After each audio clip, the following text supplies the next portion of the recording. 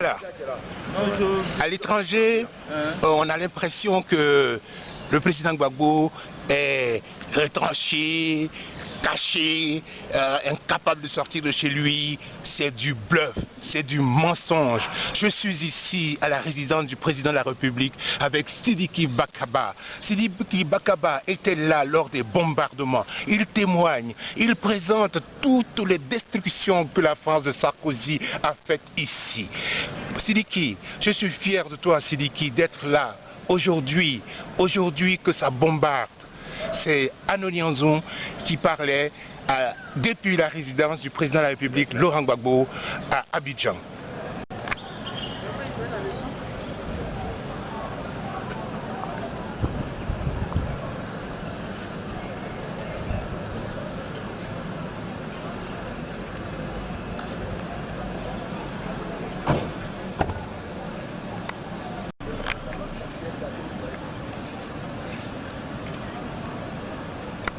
Sidiki, voilà cette maison qui a été bombardée.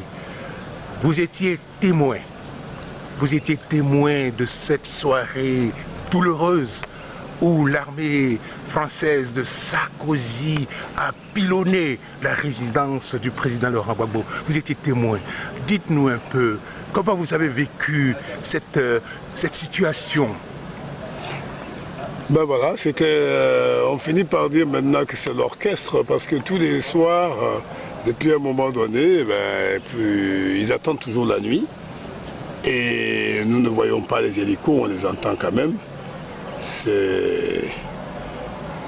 Ça bourdonne beaucoup, ça fait beaucoup de bruit. Et là, la nuit du mercredi, c'était le mercredi combien C'était la nuit de mercredi à jeudi, hein. Et voilà, là c'était vraiment, ils sont allés très fort cette fois, ils ont frappé à cet endroit-là. Voilà, l'instrument qui a servi, c'est la douille. Et ça, quel type de bombe c'est? Ça, je crois que c'est les militaires qui savent ce que c'est. Qu'est-ce que c'est comme hein? C'est un obus. C'est un obus, c'est la douille qui reste. Voilà. Ceux qui doutent, voilà ce que l'armée française nous a fait comme cadeau. C'est ça. Et là, je crois qu'ils voulaient carrément faire exploser le bâtiment, la présidence, la résidence. Et nous voyons l'impact aussi là-bas, vous voyez.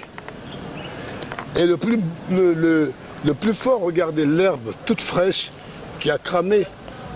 Ça a pris feu ici.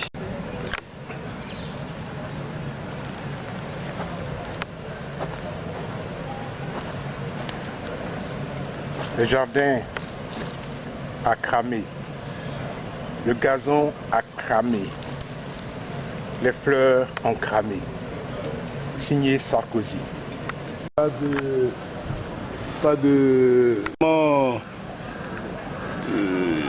On a tout intérêt à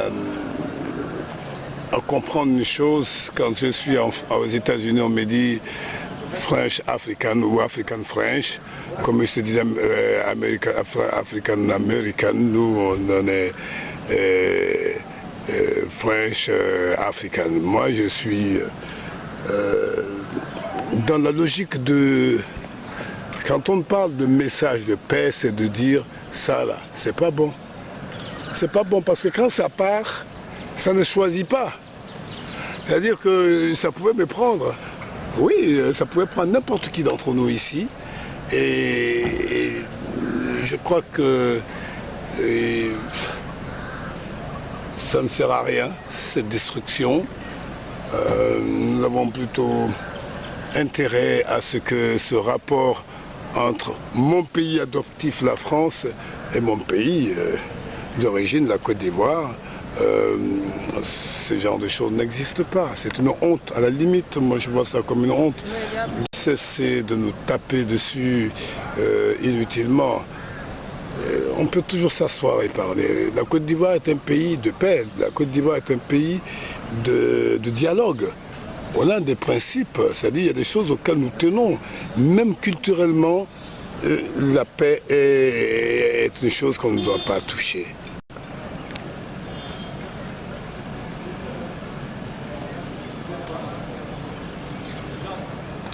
souvent quand je vous parle, je parle de sécurité.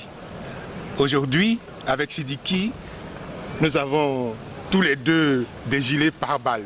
Ce gilet-là, ça a été pris auprès d'un soldat de l'armée française qui a fui. Et donc, nous le portons. Nous le portons, ce n'est pas pour dire que nous sommes dans l'enfer. Nous sommes ici, chez nous, chez notre président, en toute sécurité.